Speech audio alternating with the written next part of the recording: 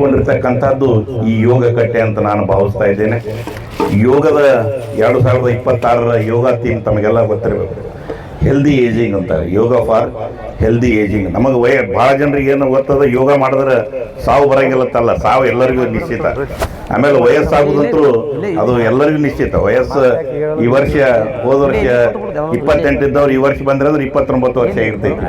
ವರ್ಷ ವಯಸ್ಸು ಇವೆಲ್ಲವೂ ಸಾಮಾನ್ಯ. ಯೋಗ ಏನ್ ಮಾಡ್ಕೊಳ್ತೈತಿ ಅಂದ್ರೆ ನಾವು ಎಷ್ಟು ವರ್ಷ ಬದುಕ್ತೀವಿ ಅನ್ನೋದಲ್ಲ, ಎಷ್ಟು ವರ್ಷ ಆರೋಗ್ಯವಾಗಿ ಬದುಕ್ತೀವಿ ಅನ್ನೋದೇ ಯೋಗ.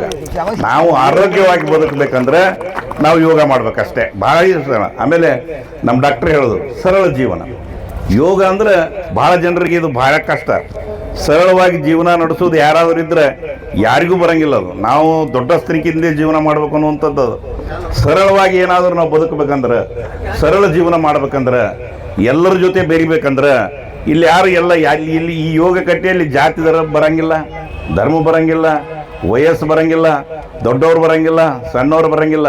ಇದು ಸರಳತೆ, ಇದು ಸಾಂಸ್ಕೃತಿಕ. ಇವತ್ತು ಯೋಗ ವಿಶ್ವ ದಿನಾಚರಣೆ. ಇವತ್ತು ಬಹುಶಃ 200 ದೇಶಗಳು, ಹತ್ರ 200 ದೇಶಗಳು ಇವತ್ತು ಈ ದಿನಾಚರಣೆಯನ್ನು ಆಚರಣೆ ಮಾಡ್ತಾ ಇರ್ತದೆ.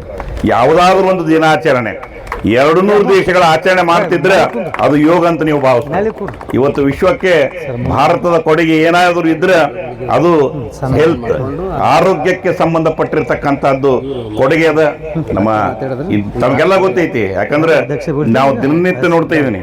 ನಮ್ಮ ಡಾಕ್ಟರ್ ಚಿದಾನಂದ ಸರ್, ನಮ್ಮ ಗುರುಗಳು ಶ್ರೀಶೈಲಗುಡಿ ದಿನನಿತ್ಯ ಸಿಗ್ತಿರ್ತಾರೆ ನಮ್ಗೆ. ಯಾವಾಗರೆ ಅಲ್ಲಿ ಸಂತೆ ಇದಕ್ಕೂ ಮಾರುಕಟ್ಟೆಗೆ ಹೋದಿವಿ ಅಂದ್ರೆ ಇಲ್ಲಿ ಶಿಸ್ತಾಗಿ ಯೋಗ ಮಾಡೋದು, ಅಲ್ಲಿ ಹಸಿರಾದ ತರಕಾರಿಗಳನ್ನು ತೆಗೆದುಕೊಂಡು ಹೋಗೋದು, ಇದು ಸ್ವಸ್ಥ ಜೀವನ ನಡೆಸಲಿಕ್ಕೆ ಇದು ಬಹಳ ಅವಶ್ಯಕತೆ ಇದೆ. ಅದು ಎಲ್ಲದಕ್ಕಿಂತ ಹೆಚ್ಚಾಗಿ ನೀವು ಇಷ್ಟು ಜನ ಒಂದೇ ಮನಸ್ಸಿನಿಂದ ಸೇರ್ತಿರಲ್ಲ, ಈ ಸಂಘಟನೆ ಅನ್ನುವಂಥದ್ದು ಏನದಲ್ಲ, ಇದು ಭಾಳ ದೊಡ್ಡದು. ನಾವೆಲ್ಲ ಇದ್ರೂ ಕೂಡ ನೀವು ಒಂದಿನ ತಪ್ಪಿದ್ರೆ ನಿಮ್ಗೇನು ಅನಿಸ್ಬಿಡ್ತೈತಿ, ಇವತ್ತು ಯಾಕೋ ಏನೋ ಎಲ್ಲೋ ಹೋಗಿಲ್ಲಪ್ಪ, ಏನೋ ಕಳ್ಕೊಂಡಿವಪ್ಪ ಅನ್ನಿಸ್ತದೆ.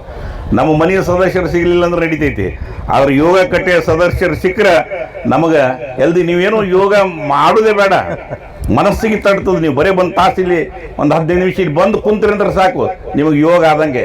ಯೋಗ ಅಂದ್ರೆ ಕೈಕಾಲಿ ಆಡಿಸ್ಬೇಕು, ಮನಸ್ಸು ಸ್ವಚ್ಛ ಇರ್ಬೇಕಂದ್ರೆ ಇಲ್ಲಿ ಇಂತಹ ಒಂದು ಚಟುವಟಿಕೆಗಳು ನಡಿಬೇಕು.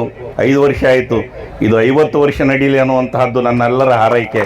ನೀವೆಲ್ಲರೂ ಆರೋಗ್ಯವಂತರಾಗಿರುವುದೇ ನಮಗೆಲ್ಲರಿಗೆ ಪ್ರೇರಣೆ ಅನ್ನುವಂಥ ಮಾತನ್ನು ಹೇಳ್ತಾ, ಎಲ್ಲ ಚಿದಾನಂದ ಸರ್ ಆದಿಯಾಗಿ ತಮಗೆಲ್ಲರಿಗೂ ಕೂಡ ಯೋಗ ದಿನಾಚರಣೆ ಮತ್ತೊಮ್ಮೆ ಶುಭಾಶಯಗಳನ್ನು ಹೇಳ್ತಾ ಎಲ್ಲರೂ ಆರೋಗ್ಯವಂತರಾಗಿರೋಣ.